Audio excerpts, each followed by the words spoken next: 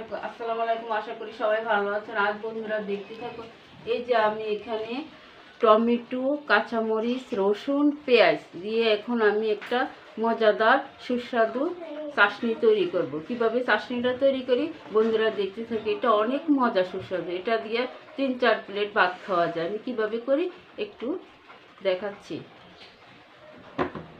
এই যে চুলাটাতে আমি এখন জাল ধরা নিচ্ছি।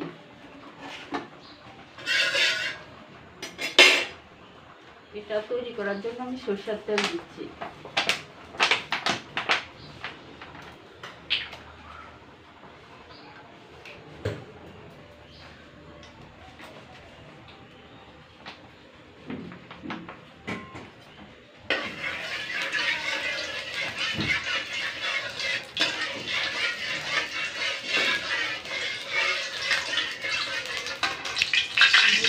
সরষের তেলের ভিতরে আমি এগুলো ঢেলে দিচ্ছি।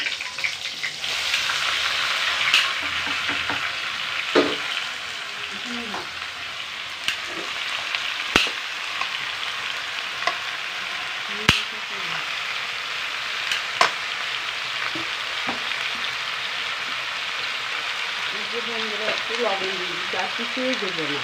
এই যে নেড়ে চেড়ে টমেটোগুলো যখন একটু হয়ে আসবে তখন আমি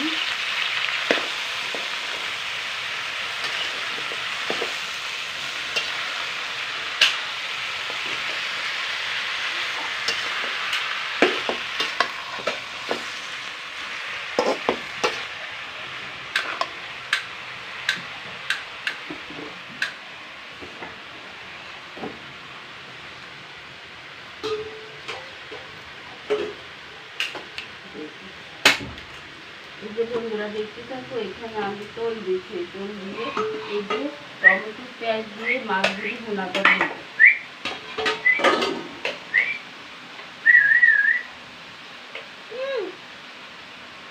মা কি রান্না করা? টমেটোর চাটনি আর এই যে মাছ ভাজি করবো।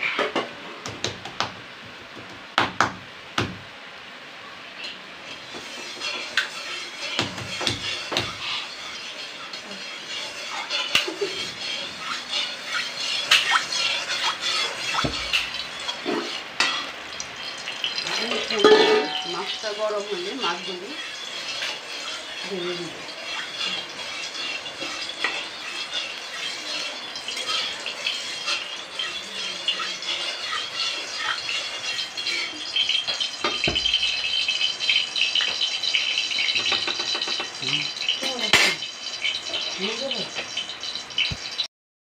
এই যে বন্ধুরা দেখতে থাকো, এই যে আমার টমেটো চাটনিটা এই যে একটু নেড়ে ছেড়ে নিচ্ছি। এই যে হয়ে আছে টমেটো চাটনি।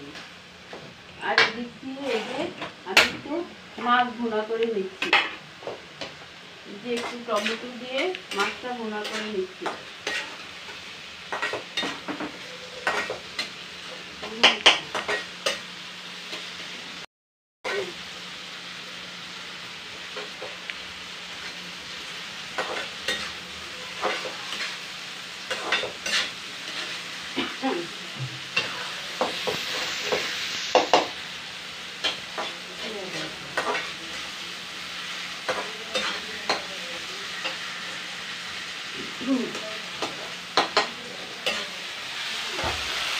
বন্ধুরা দেখতে থাকো, এখানে আমি টমেটো দিয়ে এই যে মাছটা ভুনা করে নিচ্ছি। হালকা একটু পানি দিয়ে দিই।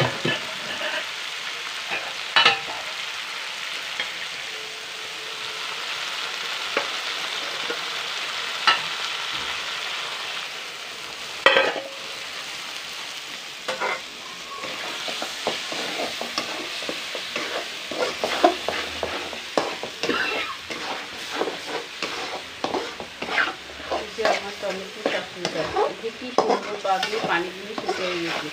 এভাবে টেস্টটা অনেক ভালো আসে।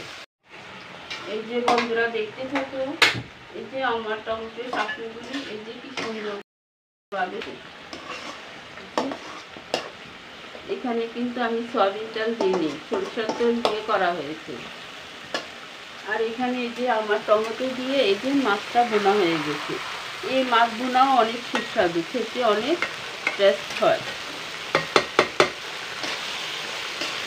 যে তেলটা যখন একটু উপরের দিকে চলে আসে তখনই টমেটো সবটা হয়ে যায়, তখনই ঢেলে নিতে হয়। এই যে আমার তেলগুলো উপরে চলে আসছে, এই যে এখন আমি একটু ঢেলে নিব।